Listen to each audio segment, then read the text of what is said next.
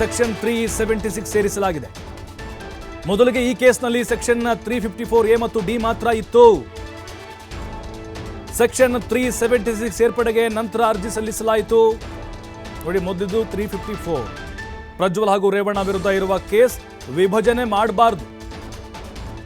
ಇಬ್ಬರಿಂದಲೂ ಕೂಡ ಲೈಂಗಿಕ ದೌರ್ಜನ್ಯ ನಡೆದಿದೆ. ಎರಡೂ ಕೇಸನ್ನು ನೀವು ಡಿವೈಡ್ ಮಾಡಿ, ಎರಡೂ ಒಂದೇ. ಇದರಿಂದ ಯಾವುದೇ ಕಾರಣಕ್ಕೂ ಆರೋಪಿಗೆ ಜಾಮೀನು ನೀಡಬಾರದು ಅಂತ SPP ಉಲ್ಲೇಖವನ್ನ ಮಾಡ್ತಿದ್ದಾರೆ. ಜಾಮೀನು ನಿರಾಕರಿಸಿರುವಂತಹ ಸುಪ್ರೀಂ ಕೋರ್ಟ್ ತೀರ್ಪನ್ನ ಉಲ್ಲೇಖಿಸಿದ್ದಾರೆ. ತನಿಖಾಧಿಕಾರಿಯ ಮನವಿ ನಂತರ 376 ಸೇರಿಸಲಾಗಿದೆ. ಅಂದ್ರೆ ಐಒ ಸ್ಟೇಟ್ಮೆಂಟ್.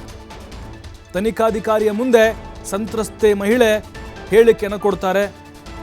ಅದಾದ ಮೇಲೆ 376 ಅನ್ನ ಅಂದ್ರೆ ಅತ್ಯಾಚಾರದ ಸೆಕ್ಷನ್ ಅನ್ನ ಸೇರಿಸಲಾಗಿದೆ.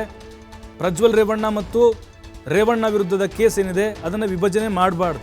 ಇಬ್ಬರಿಂದಲೂ ಕೂಡ ಲೈಂಗಿಕ ದೌರ್ಜನ್ಯ ನಡೆದಿದೆ.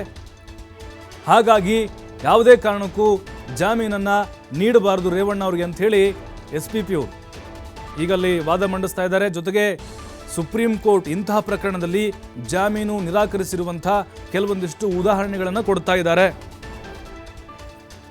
ಯಾಕಂತ ಹೇಳಿದ್ರೆ ಮೊದಲು ಆಗಿದ್ದು ಸೆಕ್ಷನ್ 354A ಮತ್ತು ಡಿ.